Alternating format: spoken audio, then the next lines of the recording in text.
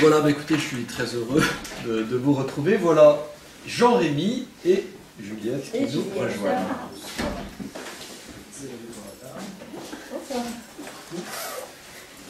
Voilà, pendant que vous vous installez, donc vous pouvez prendre connaissance de ce document qui correspond à l'Angélus qui a été prononcé par le pape François ce dimanche à Rome. C'est un très très beau texte que l'on va reprendre. C'est un très beau texte qui correspond donc au commentaire qu'il a prononcé sur le texte de la Samaritaine. Voilà, alors le thème de ce soir, donc c'est la joie de la conversion. Je vais procéder à un commentaire avec vous de ce très bel évangile de la Samaritaine, dans l'esprit aussi de la joie de l'évangile, ce magnifique texte du pape François. Ce que je vous propose, c'est que nous puissions invoquer l'Esprit Saint, le but étant de ne pas tant faire plaisir à votre curé en étant ici que de recueillir quelques fruits pour votre sanctification et votre progression dans le carême. Au nom du Père et du Fils et du Saint-Esprit. Amen. Amen. Viens, Esprit de sainteté, viens, Esprit de lumière, viens, Esprit de feu, viens nous embrasser. Je vous salue Marie, pleine de grâce, le Seigneur est avec vous. Vous êtes bénie entre toutes les femmes, et Jésus, le fruit de vos entrailles, est béni. Sainte Marie, Mère de Dieu, priez pour nous pauvres pécheurs, maintenant et à l'heure de notre mort. Amen. Du Père, du Fils, du Saint-Esprit. Amen. Voilà, je voudrais commencer par reprendre ce magnifique passage de la Samaritaine, ce passage de Saint Jean au chapitre 4. J'en lis juste un extrait que nous allons reprendre ensemble. Jésus arrivait à une ville de Samarie appelée Sychar, près du terrain que Jacob avait donné à son fils Joseph, et où se trouve le puits de Jacob. Jésus, fatigué par la route, s'était assis là au bord du puits. Il était environ midi. Arrive une femme de Samarie qui venait puiser de l'eau. Jésus lui dit « Donne-moi à boire ». En effet, ses disciples étaient partis à la ville pour acheter de quoi manger. La Samaritaine lui dit « Comment, toi qui es juif, tu me demandes à boire à moi, une Samaritaine ?» En effet, les Juifs ne veulent rien avoir en commun avec les Samaritains. Jésus lui répondit « Si tu savais le don de Dieu, si tu connaissais celui qui te dit « Donne-moi à boire », c'est toi qui lui aurais demandé, et il t'aurait donné de l'eau vive. Elle lui dit « Seigneur, tu n'as rien pour puiser, le puits est profond. Avec quoi prendrais-tu l'eau vive? Serais-tu plus grand que notre père Jacob, qui nous a donné ce puits, qui en a bu lui-même avec ses fils et ses bêtes ?» Jésus lui répondit « Tout homme qui boit de cette eau aura encore soif, mais celui qui boira de l'eau que moi je lui donnerai n'aura plus jamais soif.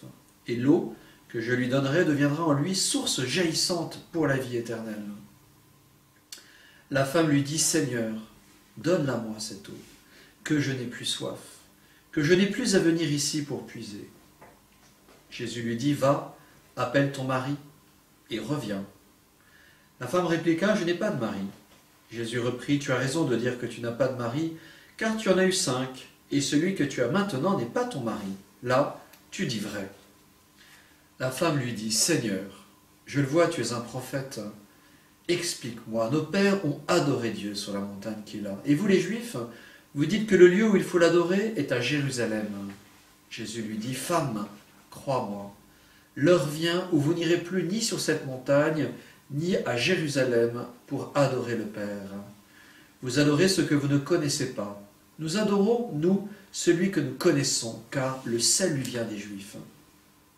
Mais l'heure vient, et c'est maintenant, où les vrais adorateurs adoreront le Père en esprit et vérité. Tels sont les adorateurs que recherche le Père.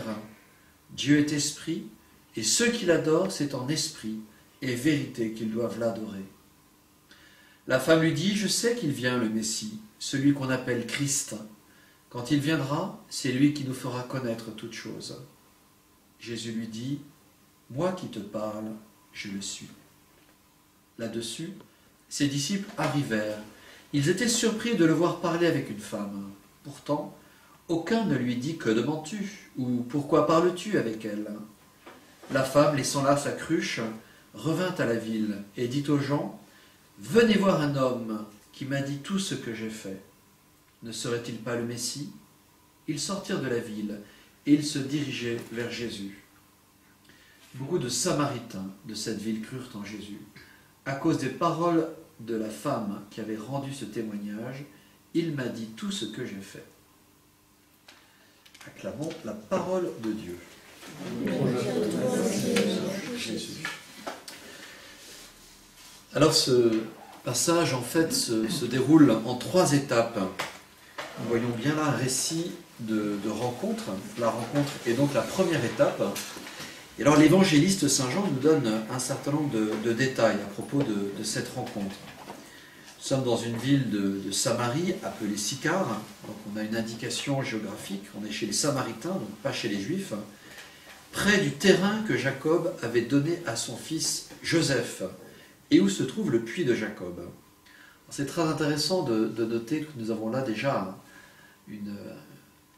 un détail, un élément qui nous permet de faire le lien entre l'Ancien Testament, un terrain que Jacob avait donné à son fils Joseph, et Jésus qui vient tout accomplir, Jésus qui est l'accomplissement de l'Ancien. Puis nous avons plus précisément quelques éléments sur Jésus. Il est fatigué. Nous voyons là toute son humanité, sa chair qui est fatiguée, son être qui est fatigué par la route, et il est assis là, au bord du puits, et il est environ midi, donc un moment où il fait très chaud. Arrive une femme de Samarie qui venait puiser de l'eau, et Jésus lui dit « Donne-moi à boire ». Alors arrêtons-nous un instant. Nous avons là, tout d'abord, nous avons là la soif de Jésus. Toujours très impressionnant de voir que Dieu, qui s'est fait homme, Dieu a soif, soif de Jésus. Alors peut-être que vous qui connaissez bien la Bible, cette soif de Jésus vous rappelle déjà d'autres moments dans l'Écriture où Jésus a eu soif. C'est à la croix, la très belle phrase, une des 7 paroles du Christ, « J'ai soif ». Et plus récemment encore, alors ça n'est pas scripturaire, mais c'est une révélation à Marguerite Marie, « J'ai soif d'être aimé ». Alors déjà, nous voyons Dieu qui s'assoit à côté de l'homme. Dieu qui vient à la rencontre de l'homme dans un lieu complètement, je dirais, ordinaire, le lieu où on vient chercher de l'eau. Et nous voyons donc Jésus dans son humanité qui se prépare à rencontrer l'humanité de la Samaritaine. Donc 2 soifs qui vont se rencontrer, la soif de Jésus, nous allons voir, et la soif de la Samaritaine. Alors quand le Christ dit « Donne-moi à boire », en réalité, qu'est-ce qu'il demande? De quoi a-t-il soif? Alors nous allons prendre le premier paragraphe du pape François. L'évangile d'aujourd'hui nous présente la rencontre de Jésus avec la femme samaritaine, qui a eu lieu à Sychar auprès d'un puits ancien, où la femme se rendait tous les jours pour puiser de l'eau. Ce jour-là, elle y trouva Jésus assis, fatigué par son voyage. Il lui dit immédiatement « Donne-moi à boire ». De cette façon, il surmonte les barrières d'hostilité qui existaient entre Juifs et Samaritains. Il rompt les schémas de préjugés vis-à-vis des femmes. La simple demande de Jésus est le début d'un dialogue franc, grâce auquel, avec une grande délicatesse, il entre dans le monde intérieur d'une personne à laquelle, selon les schémas sociaux, il n'aurait pas même dû adresser la parole. Mais Jésus le fait.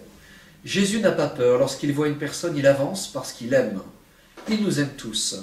Face à une personne, il ne s'arrête jamais en raison de préjugés. Jésus la place devant la situation, sans la juger, mais en lui faisant sentir qu'elle est considérée, reconnue, et en suscitant ainsi en elle le désir d'aller au-delà de la routine quotidienne.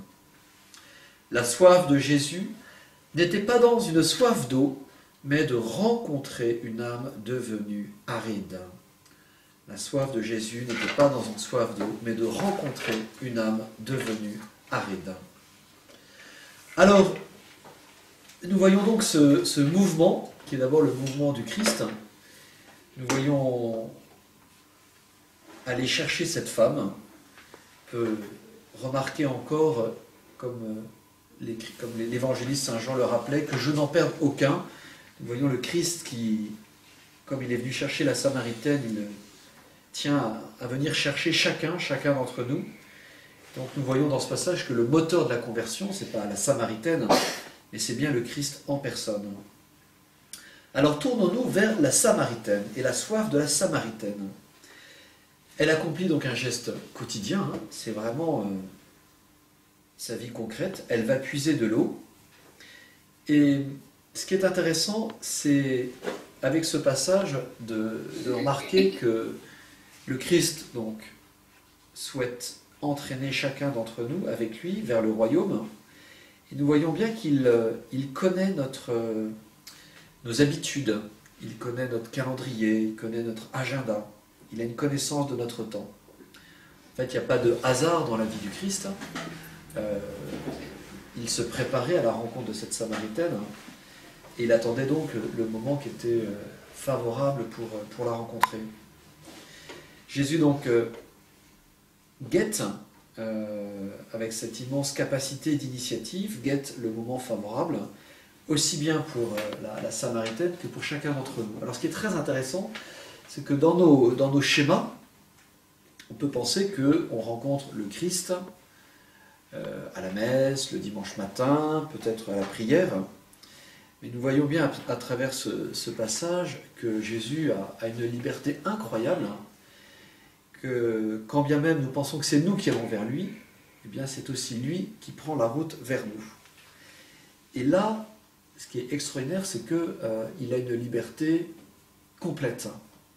Je ne sais pas si vous avez entendu le témoignage de ce grand écrivain Didier Decoing, qui s'est converti dans sa salle de bain en se lavant les dents. Très grand écrivain qui a raconté sa conversion. Il a eu une évidence de Dieu en se lavant les dents. Il raconte, il a vraiment été transformé. Il a écrit plusieurs livres sur cette conversion. Comment Jésus-Christ est venu, vraiment il était dans un état un apparat très simple, comment le Christ est venu le rencontrer à ce moment-là. Donc c'est vraiment important que la conversion peut surgir à un moment qui n'est pas du tout un moment prévu, construit, habituel. Grande liberté du Christ pour nous retrouver. C'est aussi important de souligner que dans notre vie, il peut y avoir peut-être une conversion, un moment magistral, mais le plus souvent, il va y avoir des conversions, c'est-à-dire des moments où il y a une rencontre avec le Christ. Ça peut être une vigile pascale, ça peut être un repas avec des personnes plus pauvres, ça peut être une discussion dans la rue. Mais c'est assez important de voir que notre vie va être jalonnée de conversions. Il n'y a pas une conversion une fois pour toutes, il y a des conversions. Et c'est aussi important pour nous, peut-être de se souvenir, comme la Samaritaine certainement, de se souvenir, tiens, à tel moment, le Christ est venu me rencontrer. À tel moment. J'étais dans mon lit d'hôpital, je n'étais pas bien, j'étais malade, ou au contraire, j'étais en bonne santé, mais il me manquait quelque chose. Eh bien, ça a été le moment où le Christ m'a rejoint. Grande connaissance du Christ de notre humanité. Vous voyez, ici, c'est la Samaritaine. Je voulais vous donner aussi le témoignage de Madeleine, qui est une femme de 84 ans qui s'est convertie au restaurant. L'histoire est vraie. C'est une femme qui est décédée maintenant et qui avait les yeux complètement saisis par le Christ, en tout cas à l'âge de 84 ans. Elle était veuve, elle déjeunait toute seule au restaurant, s'ennuyait, et puis elle disait, tiens, mais c'est vraiment bon ce qu'il y a dans mon assiette. Et à ce moment-là, elle a entendu une voix intérieure qui lui disait, oui Madeleine, mais le corps du Christ. Oui Madeleine, mais le corps du Christ. Et alors, elle a été stupéfaite, c'est quelqu'un qui n'allait pas à la messe, hein, et elle a fait un chemin de retour, hein, en découvrant qu'il y avait une autre alimentation beaucoup plus essentielle, substantielle, qui était le corps du Christ. Voilà, donc, soyons très attentifs à ceci. Le Christ a soif de chacun de nous, de chacune de nos âmes. Il a vraiment soif. Il aura soif jusqu'à la fin des temps. Nous avons soif de Dieu, mais l'inverse est aussi vrai. Et Jésus ne cesse d'avoir dans son plan de salut le désir de venir nous chercher. Encore une fois, ça peut être dans notre voiture. Il y avait un prêtre en région parisienne, incroyable. C'était l'année, il avait 75 ans. C'était l'année où il allait écrire sa lettre pour dire à son évêque « Je me retire ». Et bien sûr, il était croyant. Mais en conduisant, il a eu une expérience de rencontre du Christ. Alors, je ne me souviens plus des détails, sauf qu'il racontait que ça avait traversé le toit de sa voiture. Il avait une expérience de Dieu brutalement, très forte, et tellement nette que du coup, il était reparti. Il n'avait pas envoyé sa lettre à l'évêque, et il était reparti pour 10 ans en paroisse comme curé. Enfin, il avait été complètement reconverti, ressaisi. Alors continuons. Donc là, on a un peu campé le décor. Le Christ lui dit donc « Donne-moi à boire ». C'est quand même une parole très, très nette, très claire, déjà une parole d'autorité. On peut imaginer déjà quand même le côté surprenant, peut-être inconvenant de cette question. En tout cas, nous le voyons avec la réponse de la Samaritaine. « Comment, toi qui es juif, tu me demandes à boire, à moi, une Samaritaine ?» En effet, les Juifs ne veulent rien avoir en commun avec les Samaritains. Donc là, ce qui est magnifique dans cette réaction de la Samaritaine, c'est de voir que voilà, le Christ se fiche pas mal, non seulement des qu'en dira-t-on, mais aussi des interdits. C'était parfaitement interdit d'avoir un contact comme ça avec les Samaritains ou les Samaritaines. Donc il brave les interdictions, il s'en fiche, il perce.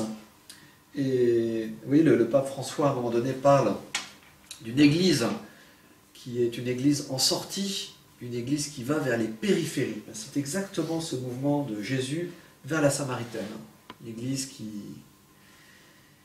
n'a pas peur, qui va de bon cœur vers des personnes qui se sentent loin de l'église.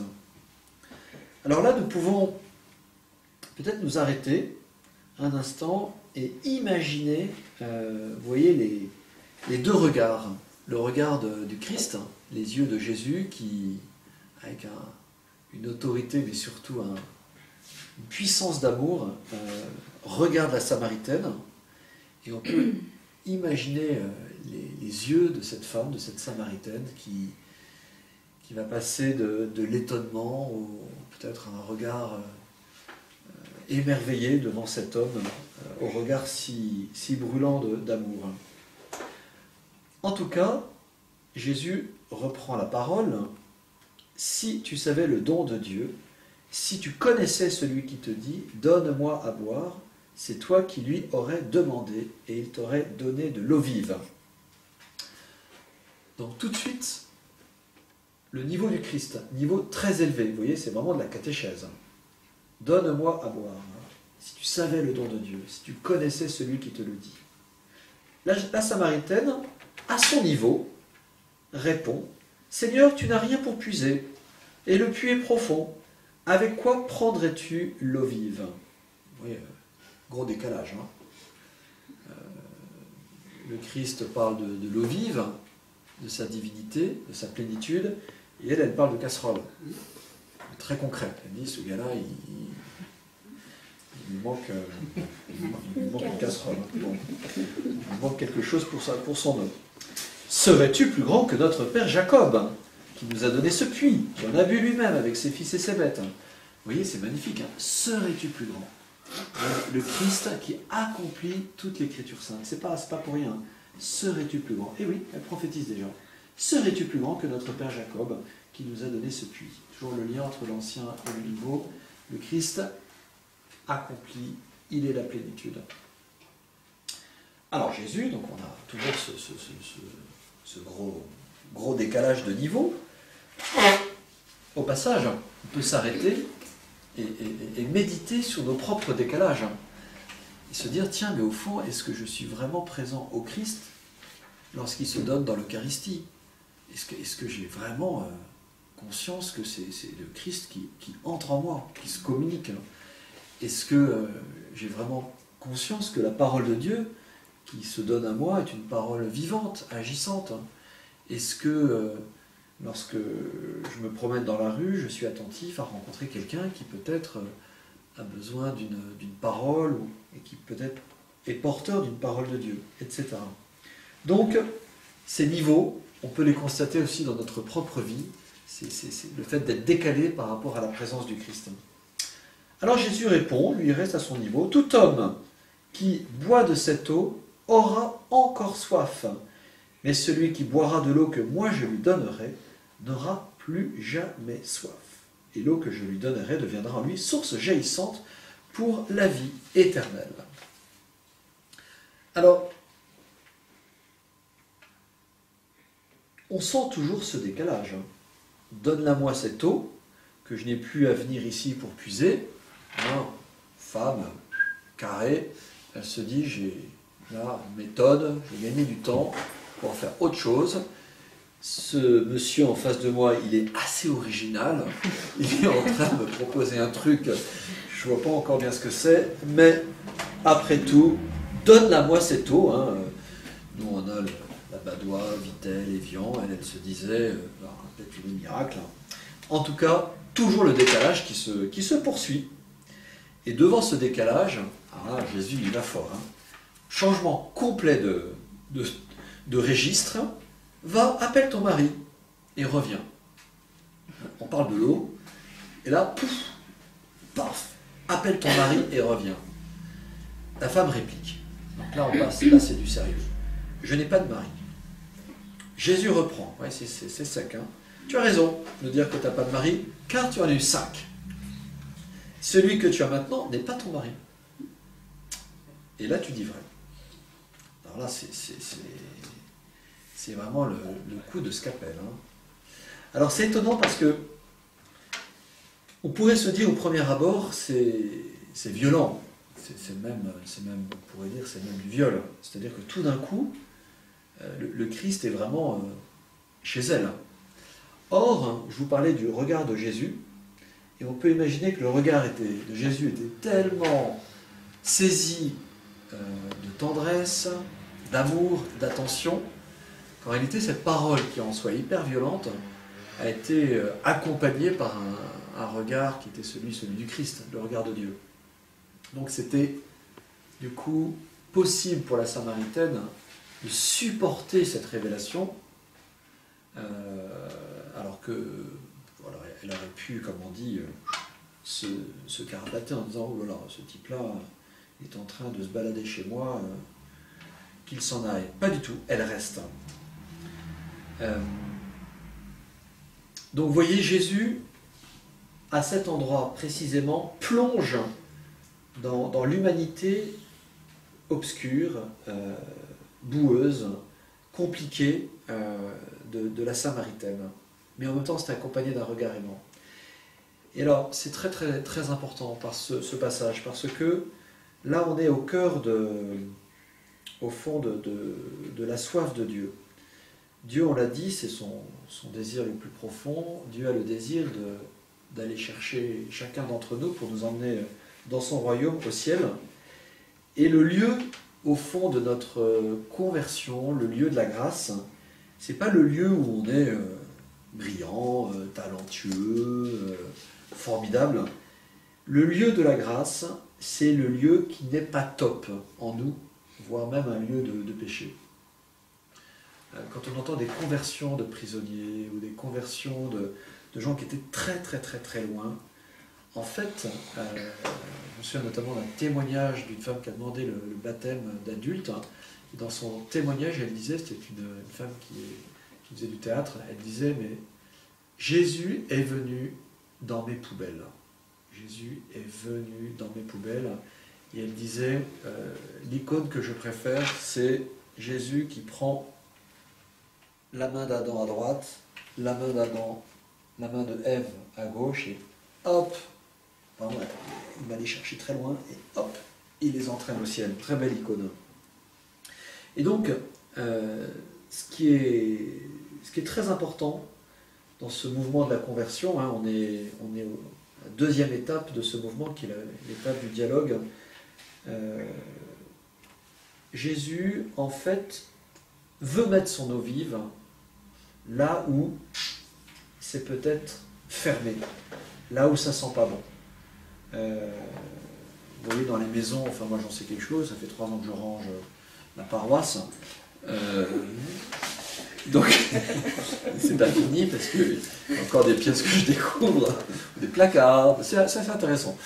Enfin bon, je m'égare, mais ce que je voulais dire, c'est que notre être peut parfois être comparé à une maison, avec des pièces qui sont bien rangées, puis peut-être des coins, pas chez certains, mais peut-être des coins où il y a plus que de la poussière, quoi, il y a vraiment du bazar. Et en fait, notre être, il est comme cette maison. Et dans ce témoignage que nous donne cette rencontre avec la Samaritaine, ce que Jésus nous dit aujourd'hui, c'est « mais moi je viens te chercher, c'est pas la peine de me présenter ce qui fonctionne, présente-moi ce qui ne fonctionne pas. Voilà. Et c'est là où je vais te sauver. C'est là où je vais mettre un peu d'eau dans ton éponge toute sèche, pour reprendre l'image de l'éponge. » Voilà, donc un vrai plongeon dans l'humanité de la Samaritaine, mais avec toute cette tendresse du Sauveur, toute cette bienveillance, tout cet amour.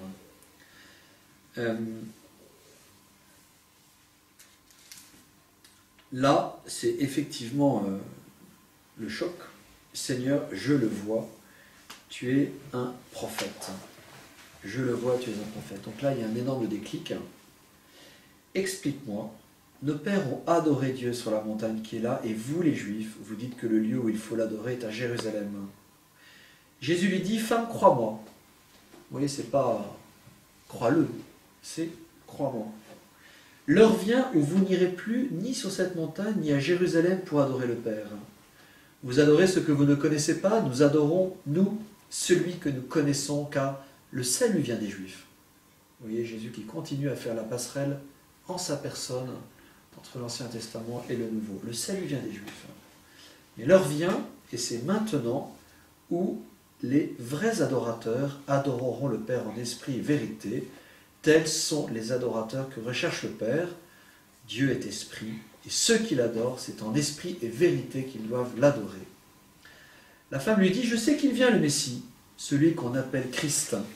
Quand il viendra, c'est lui qui nous fera connaître toutes choses. Arrêtons-nous. Alors c'est très intéressant de voir que l'Esprit en fait travaille à cette Samaritaine. C'est très intéressant parce que, vous voyez, le pape François, dans ce magnifique ouvrage, La joie de l'Évangile, souhaite remettre toute l'Église en mouvement de sortie. C'est vraiment son programme. Remettre l'Église en mouvement de sortie. Et dans cet ouvrage, il nous montre que beaucoup, en fait, sont prêts à entendre une parole de vérité. Cette femme, elle est étonnante parce qu'elle est païenne, en tout cas, elle n'est pas juive. Et au fond, vous voyez, elle dit des choses qui sont extrêmement belles. Je sais qu'il vient le Messie, celui qu'on appelle Christ. Quand il viendra, c'est lui qui nous fera connaître toutes choses. Et le pape, dans cet ouvrage, dit, mais n'ayons pas peur de sortir, car l'humanité est en attente de cette parole de Dieu. L'humanité est travaillée par Dieu. On n'arrive pas sur un terrain mort. L'humanité est déjà travaillée par Dieu. Et d'autre part, dans ce passage, ce qui est très intéressant, dans ce mouvement qui va conduire à la conversion de la Samaritaine, le Christ, waouh, il n'y va pas par 4 chemins. Hein. C'est pas des circonvolutions. Il est vraiment d'une netteté. Il est une parole claire, nette, agissante. Vous voyez, il est assez cash quand même. Il est assez clair. Alors, vous voyez, moi qui te parle, je le suis. Donc la révélation est parfaite, hein, c'est le sommet de ce dialogue. Moi qui te parle, je le suis. Donc là aussi, enfin, la radicalité du Christ dans sa parole. Et vous voyez, cette Samaritaine qui est en train de comprendre ce passage, c'est-à-dire l'eau qu'elle ne voyait que dans sa matérialité, elle commence à comprendre que l'eau dont il s'agit, c'est quelqu'un. Vous voyez? Et nous, on est aussi invités, vous voyez, à s'interroger sur cette question, est-ce que nous voyons l'eau vive? Est-ce que nous goûtons cette eau vive? Alors, vous êtes venus ce soir, c'est formidable. Est-ce que nous sommes capables d'apprécier l'eau vive, celle qui nous est donnée jour après jour? Vous voyez, maintenant et maintenant, comme le rappelle, c'est maintenant. Il y a un psaume qui dit je t'offrirai un sacrifice d'action de grâce, donc le sacrifice de louange. Ce qui plaît à Dieu, c'est ce sacrifice d'action de grâce. Vous voyez, comme la Samaritaine.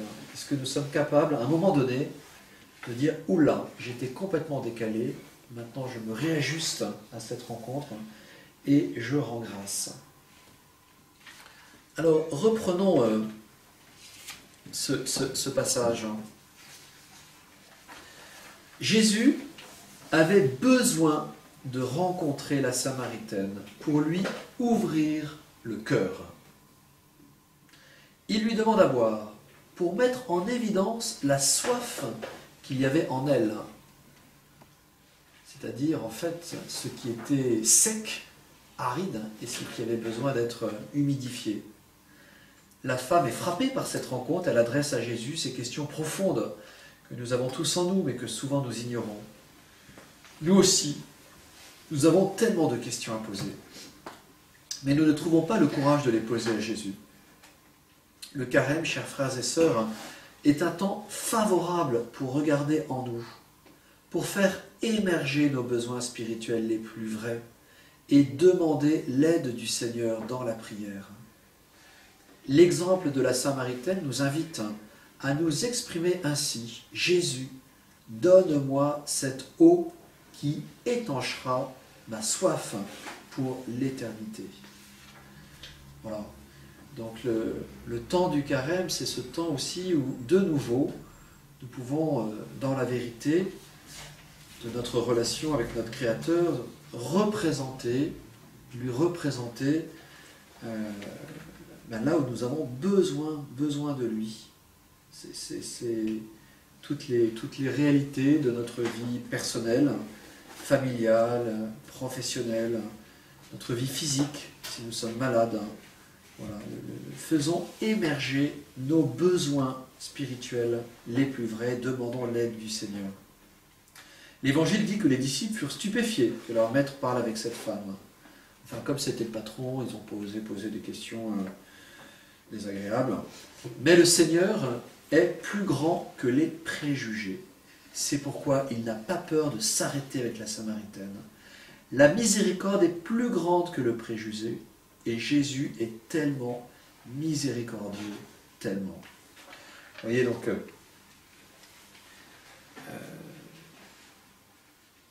un jour, ça m'a beaucoup touché. C'était une expérience de confession. Alors je vais rester discret, mais je vous dis quand même 2-3 éléments. Une personne se confesse, et puis je lui donne le sacrement, l'absolution, et elle était triste. Et ça s'est passé en quelques secondes. Et j'ai vu cette tristesse, je me suis dit, mais non, c'est pas possible. Quand quelqu'un se confesse, enfin nous c'est vraiment un vrai plaisir. C'est-à-dire qu'on voit le regard qui devient lumineux, clair. Et j'entends, on allait partir, et j'entends la personne me dire, malheureusement je n'ai pas pu tout dire, mais très vite. Et alors, j'allais partir, je dis, pardon. Et alors la personne me dit, elle était en confiance, elle me dit, oui, oui, il y a quelque chose que je ne peux dire qu'à un évêque. Alors, il faut savoir qu'il existe canoniquement les péchés réservés. C'est-à-dire que l'évêque doit donner une autorisation précise pour que nous ayons la possibilité de confesser des péchés réservés. Les péchés réservés, c'est ce qui relève en fait du crime. Alors je dis à cette personne, écoutez, j'ai l'autorisation de l'évêque pour les péchés réservés. Ah, alors, on est reparti, s'asseoir, et on a recommencé la confession. Et donc là, vous voyez, comme la Samaritaine, il m'a sorti un truc qu'il n'avait jamais déposé parce que le pauvre pénitent était persuadé qu'il fallait attendre un évêque. Et donc, je lui ai donné l'absolution. Enfin, je peux vous assurer qu'il était comme la Samaritaine. Comme la Samaritaine. Il est parti avec une joie incroyable. Incroyable. Et donc, voilà, je n'en dis pas plus, mais c'est déposons, présentons, comme la Samaritaine, bon, vraiment ce qui est de plus boueux, de plus pénible en nous. Je continue. La femme, laissant sa cruche, revint à la ville et dit aux gens, venez voir un homme qui m'a dit tout ce que j'ai fait. Alors vous voyez, la première étape, c'était l'étape de la rencontre, et puis deux personnes qui ont soif, Jésus qui a soif de la Samaritaine qui vient chercher de l'eau. Ensuite le dialogue, au début complètement décalé, et puis au final, ils se retrouvent. Et là, troisième étape, donc, c'est la joie de la conversion, la joie missionnaire. Très intéressant, elle laisse sa cruche. Elle qui était à un niveau, explique-moi cette eau, si ça peut me permettre de plus venir avec ma cruche, enfin, elle qui était très très préoccupée par cette histoire de transport, elle laisse sa cruche, donc on peut vraiment l'imaginer enthousiaste, on peut l'imaginer, vous voyez, débordante, et on peut l'imaginer aussi dans cette espèce d'urgence missionnaire, voilà, comme un grand cru qu'il faut communiquer. Ce qui est très beau, c'est que, vous voyez, immédiatement, c'est plus fort qu'elle. Comme saint Paul nous dit, mais la charité nous presse, la charité nous urge. C'est un ami prêtre qui avait signé un bouquin en disant, mais la charité nous urge.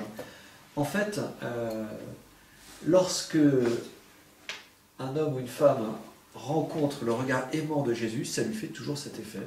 C'est-à-dire que c'est un amour qui est tellement fort que ça déborde. Ça déborde de façon... Moi j'ai un ami, vous voyez, c'est un témoignage qui est très beau. C'est un ami qui s'est converti le jour de son suicide. Alors, il ne s'est pas suicidé fort heureusement parce qu'il s'est converti avant. Mais le matin, il était tellement mal, dans une dépression très forte, il était tellement mal qu'il avait dit, bon c'est terminé, la vie n'a plus aucun goût, je trouve une solution, je disparais. Et il a passé, donc l'histoire est vraie, il a passé, ce garçon avait 23 ans, et puis il passait ce jour-là un examen en fac, et une de ses amies, qui portait la médaille miraculeuse, la croise dans un escalier, perçoit la détresse de ce garçon, et lui dit que se passe-t-il? Et ce garçon a la franchise de lui dire qu'est-ce qu'il lui a dit? Il lui a dit c'est la fin. Et alors elle a pigé en un quart de seconde, et elle s'est dit oula, ce garçon va se suicider. Et elle lui a dit Dieu est amour. Crois que Dieu est amour. Et ce garçon a fait l'expérience, de ce dont il est question ici, c'est-à-dire de l'eau jaillissante, de l'eau vive. C'est-à-dire que tout d'un coup, il raconte dans son témoignage qu'il a dit « je crois », il a été porté, mais naturellement il a dit « je crois », et il y a eu comme une bouteille d'eau intérieure qui était vissée, de l'eau Perrier, du champagne, quelque chose qui était vissé en lui, et pouf, qui a éclaté. Il a été envahi, il le décrit comme ça, il a été envahi intérieurement d'eau, en fait c'est le baptême, hein, qui s'est répandu en lui. Il a pris la direction d'une église à Paris pour se confesser. Il s'est confessé, il m'a dit qu'il était même 3 heures quand il s'est confessé, un vendredi. Et il n'avait pas préparé, mais il a confessé son désir qu'il avait de mourir. Et au moment de l'absolution, en fait, il a rencontré le regard, il le dit, hein, il a rencontré le regard du ressuscité. Il a rencontré le regard du ressuscité. Ça s'est passé en quelques secondes. Et après, c'était plus fort que lui. Il a pris le métro, puis le train, et en fait, il ne pouvait pas s'empêcher de parler aux gens, qui étaient hyper gênés, lui pas du tout, mais il s'est retrouvé en face, d'un monsieur qui était plus âgé que lui, d'un adulte, un autre père de famille, et pendant, je crois que le train durait une demi-heure, et pendant une demi-heure, il lui a parlé de Jésus aimant et ressuscité. Le père était hyper gêné dans le train, mais voilà, l'expérience que lorsqu'on rencontre le regard de Jésus aimant, eh bien c'est plus fort que soi, on veut le répandre aux autres. Alors, vous voyez, on peut reprendre ce passage. Le résultat de cette rencontre près du puits a été que la femme a été transformée. Elle laissa son amphore, avec laquelle elle venait prendre l'eau, et elle a couru dans la ville pour raconter son expérience extraordinaire. J'ai trouvé un homme qui m'a dit toutes les choses que j'ai faites. Ne serait-il pas le Messie ? Elle était enthousiaste. Elle allait prendre l'eau du puits, et elle a trouvé l'autre eau, l'eau vive de la miséricorde, qui jaillit en vie éternelle. Elle a trouvé l'eau qu'elle cherchait depuis toujours. Elle a couru au village, ce village qui la jugeait, la condamnait, la refusait, et elle annonce qu'elle a rencontré le Messie, quelqu'un qui a changé sa vie. Parce que toute rencontre avec Jésus change notre vie, toujours. C'est un pas en avant, un pas qui rapproche de Dieu. Et ainsi, toute rencontre avec Jésus nous change la vie, toujours, toujours comme cela. Dans cet évangile, nous trouvons nous aussi un stimulant pour laisser notre amphore, symbole de tout ce qui est apparemment important, mais qui perd sa valeur face à l'amour de Dieu. Nous en avons tous une, ou plus d'une. Je vous le demande, à vous et à moi, quelle est ton amphore intérieure, celle qui te pèse, qui t'éloigne de Dieu? Mettons-la un peu de côté, et nous entendons dans notre cœur la voix de Jésus, qui nous offre une eau différente, une eau qui nous rapproche du Seigneur.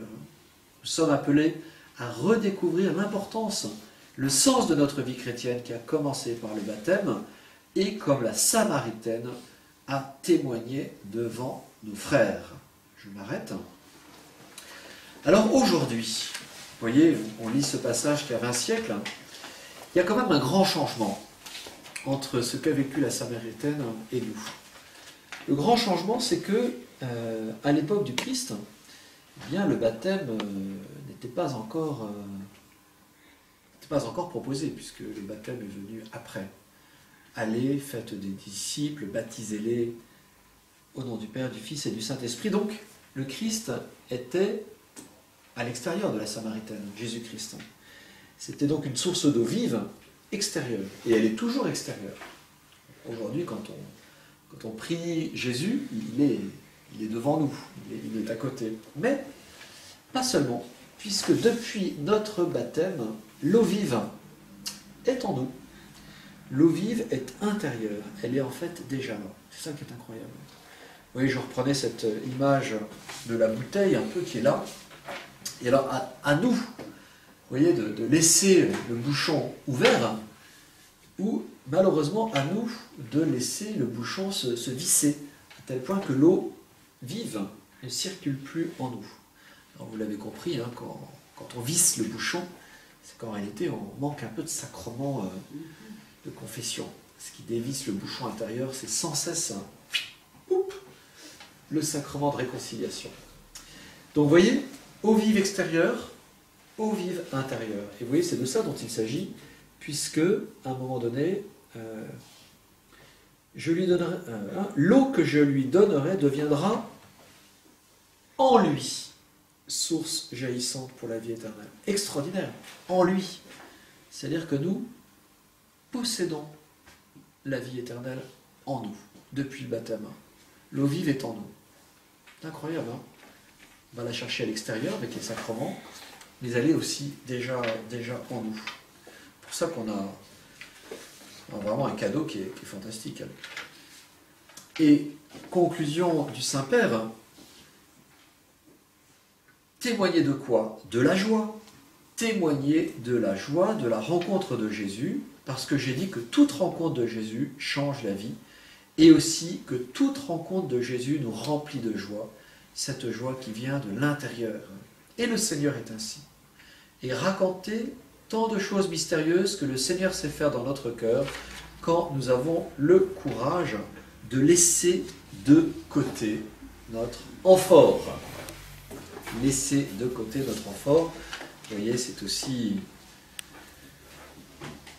une source de méditation, c'est-à-dire quel est l'amphore, c'est utile une amphore, mais quel est l'amphore qui m'encombre un peu, encore aujourd'hui, et qui m'empêche d'être complètement enthousiaste et libéré comme la Samaritaine l'était.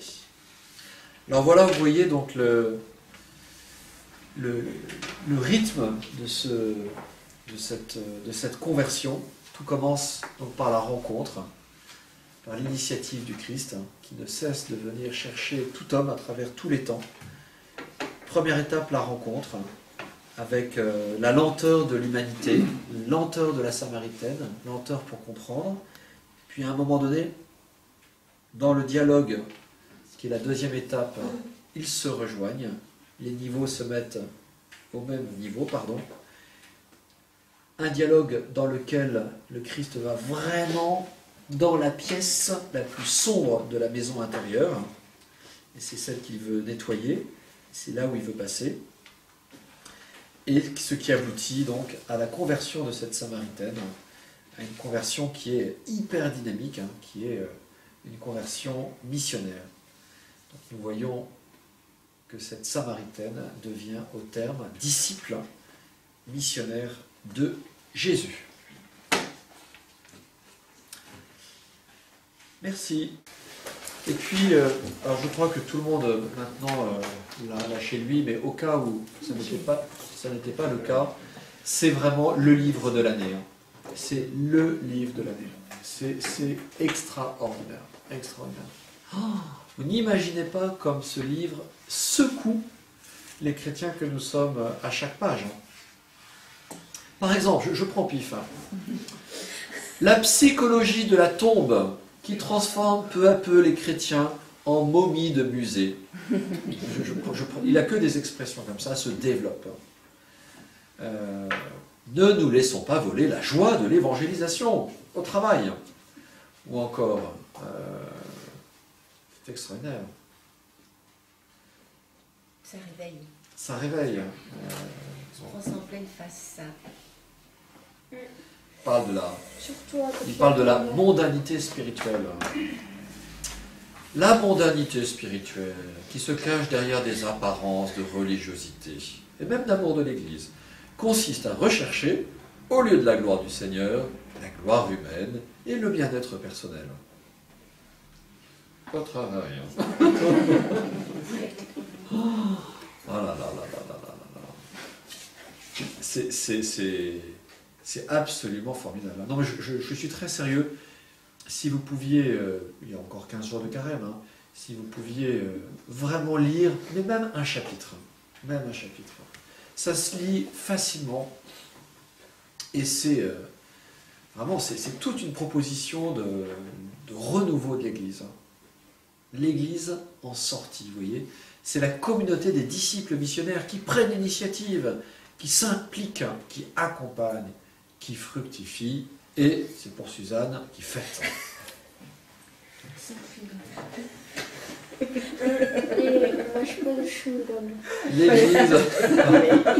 L'Église en sortie, vous voyez, comme la Samaritaine.